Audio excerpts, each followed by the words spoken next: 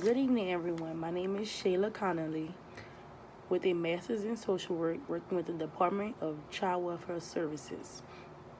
I want to talk a little about re-examining the theoretical foundations of social work practice. First, I want to start off by saying that knowing about the different theories can help the social workers apply those different theories to client situations or working environments. Also, knowing which direction to take when dealing with the clients. According to Newman and Newman, authors of Development Through Life, a Psychosocial Approach, we already know about many theories, but we're only going to focus on 4 today. First, we're going to start with Erickson's psychosocial theory and Freud's psychoanalytic theory. Those are the first 2 theories we're going to focus on today. So, in Erickson's psychosocial theory, they focus on trust and mistrust, and they focus on initiative versus guilt. It shows how people see themselves, how they react to their surroundings and people that they know.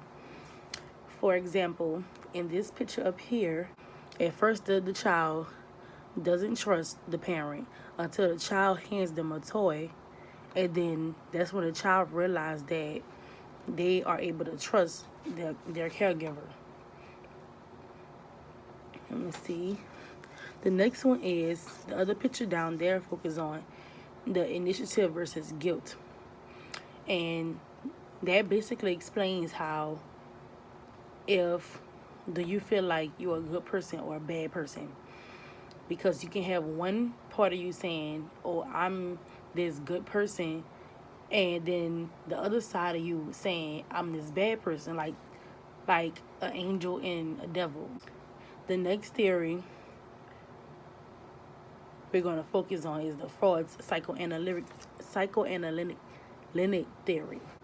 Okay, in Freud's psychoanalytic theory, okay, this theory is a way of investigating and treating personality disorders. Basically you don't know which direction to go in. For example, if a child's mother left the family when he or she was a child, ever since then, the child has a difficult time trusting people because they are afraid they will abandon them.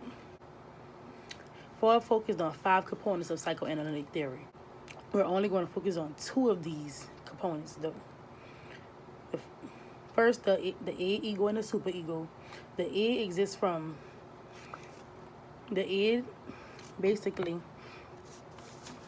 it exists from birth, according to pleasure principle, achieve immediate impulses.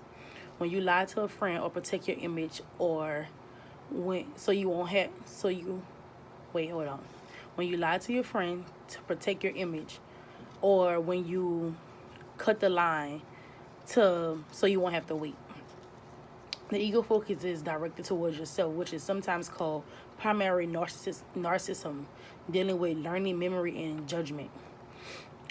Lastly, the superego, which includes punishing and rewarding function. It focuses on behavior, right from wrong.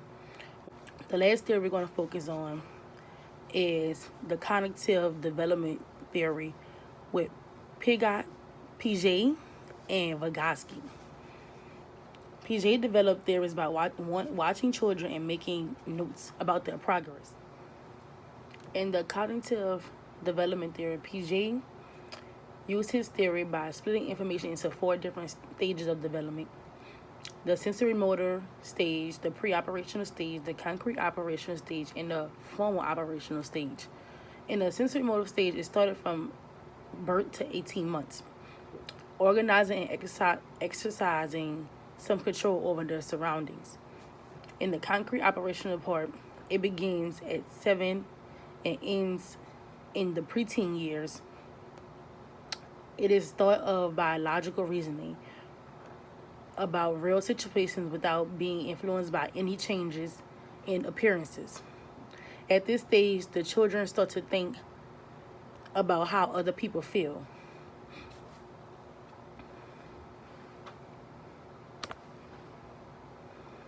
And Vygotsky's part of the cognitive development theory. He mainly focused on language and speech. The lower mental process, he observed animal behavior and problem-solving behaviors. Basically, it says that a lot of children develop a lot of things from their cultures and their surroundings of how they were brought up and things like that. He gave an example of pointing by a child reaching for an object and making certain types of gestures so they can get that object. And so the parent sees the child trying to reach for the object, and then they see that they can't reach it. So the parent comes over and helps the child reaches the object.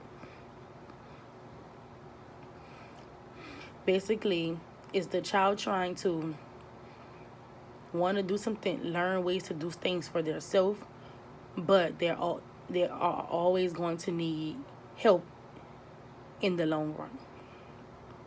In the zone proximal development, the child believes that things without help, then the parents comes and shows the child how to figure it out, basically. Vygotsky and PJ both were interested in exploring and discovering new ideas, and that children play an active role in their discovery of new understanding. When looking at these theories, they are mostly based on life experiences from childhood and to adulthood. They show us the ropes and helping children get to steps they need to take in life, and even the adults, because at any age you still are willing to learn. PJ and Vygotsky both believe that there was always more to know about children, so they thought about the cognitive development theory and the stages and processes that are involved by observing them and getting to know more about children.